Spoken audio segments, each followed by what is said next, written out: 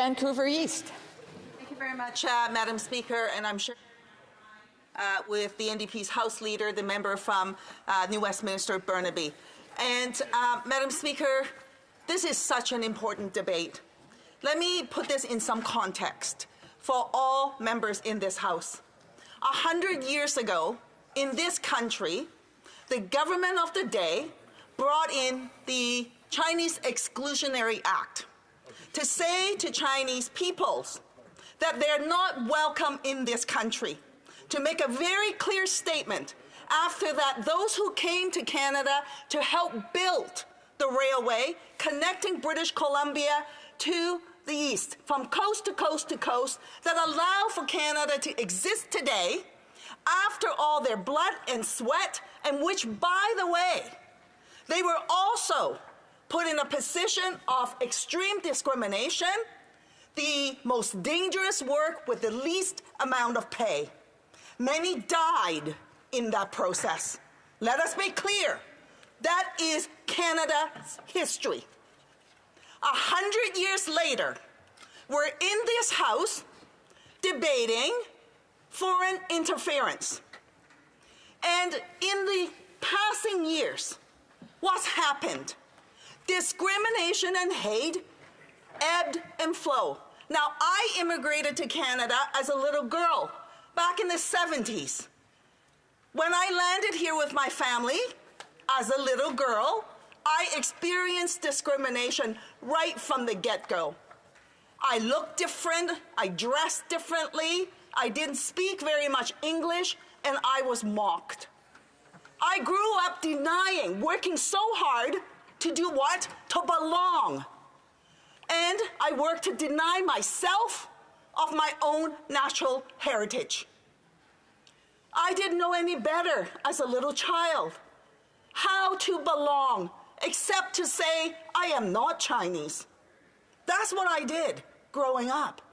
Now, I am smarter, thank goodness, from when I was just a little girl, and over the years, I've come to realize what a gift it has been that my parents has afforded me to immigrate to Canada, to give me the opportunities to thrive, to have access to education, and to be me, free of pressures, and to enjoy the freedoms that Canada affords me and all of us. I am Canadian, let us be very clear, and I have a natural heritage. The situation that's going on today is so distressing to me.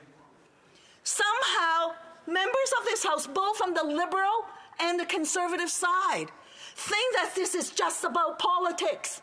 It is not just about politics. It is about people and people's lives. It is about our collective future. And to the member from Wellington, Halton Hills, I cannot imagine what it is like for him to have found out that him and his family are being targeted, that his family is being targeted by the Chinese regime. I sit there and I think about that, and the dread that washes over me, not just for this member, and let us be clear, for this member. He has privileges too. He's a member of the House, and he has afforded to him, and rightfully so, various protections. But there are so many other Canadians who are faced with those kinds of threats who do not have access to any protection, who do not even have a voice, and their lives are in danger. So why do I feel so strongly about this? I will tell you, aside from myself having experienced discrimination growing up and all the way through, all the way to even now, the amount of hate mail that I get, I won't bore you with it. My grandfather, who came before me, used to tell me stories when I was a little girl, how he went on the bus, that he was thrown to the back of the bus, he was pushed off the bus. He's now passed. The horrific stories that he shared, the discrimination that he experienced, that we have to fight so hard to gain to where we are today. And what's happening? During COVID, I'll tell you this. People said to me to my face that It is the Kwan virus. That's what they said to me. Since that time, with all of this hyper-partisanship that's gone on, my daughter went on the bus to go to school, a teenager, and what happened to her? Someone spat on her and yelled racial slurs at her.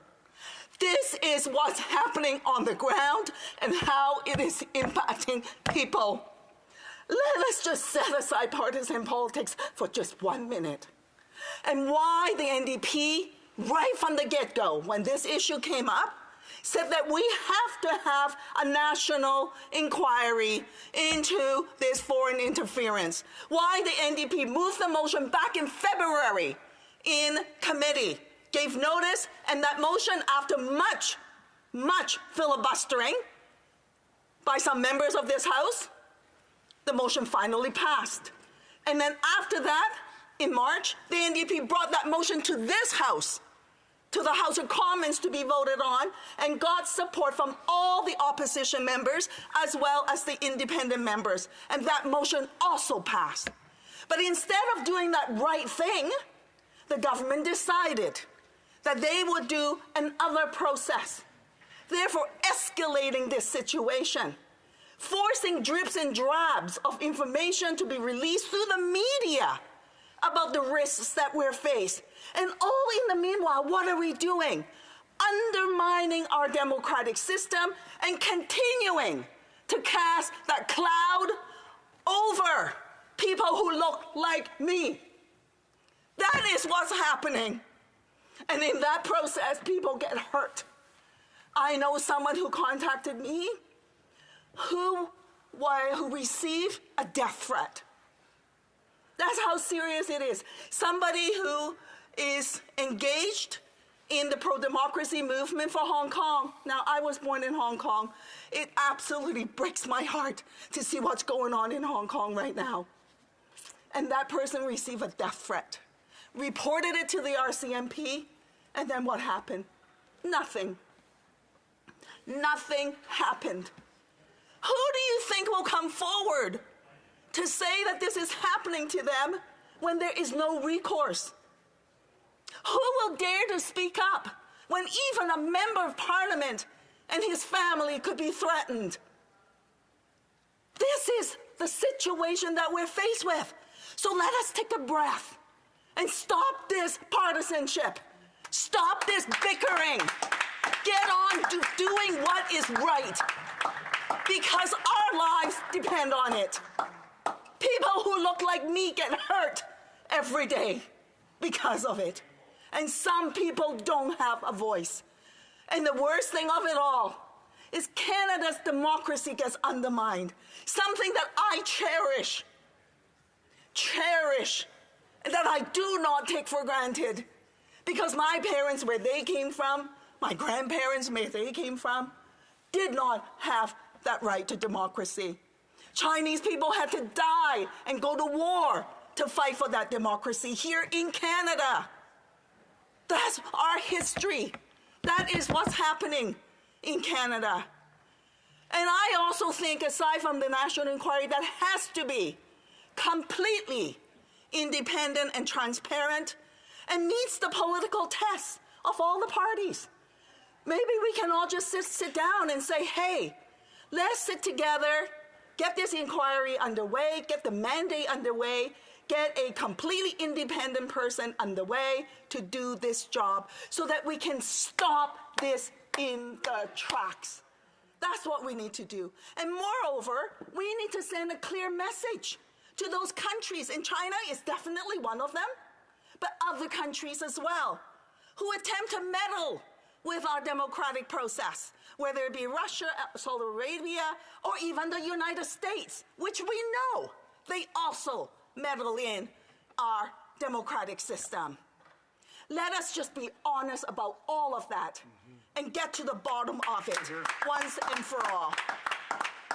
So, Mr. Speaker, I don't know how many more minutes I've got.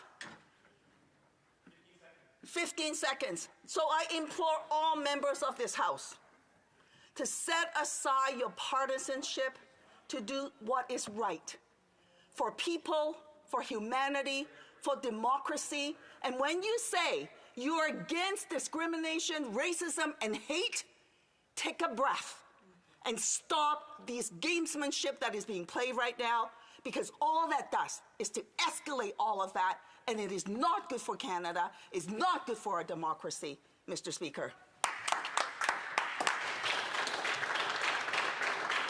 Questions and comments. I'm going to let the honourable member for Edmonton West have the floor. Before I ask my question, I do want to apologize to the member from Esquimalt, Senator Suk, for a parliamentary comment I made about his question. He is a gentleman, and I enjoy working with him. I do apologize. I withdraw that comment.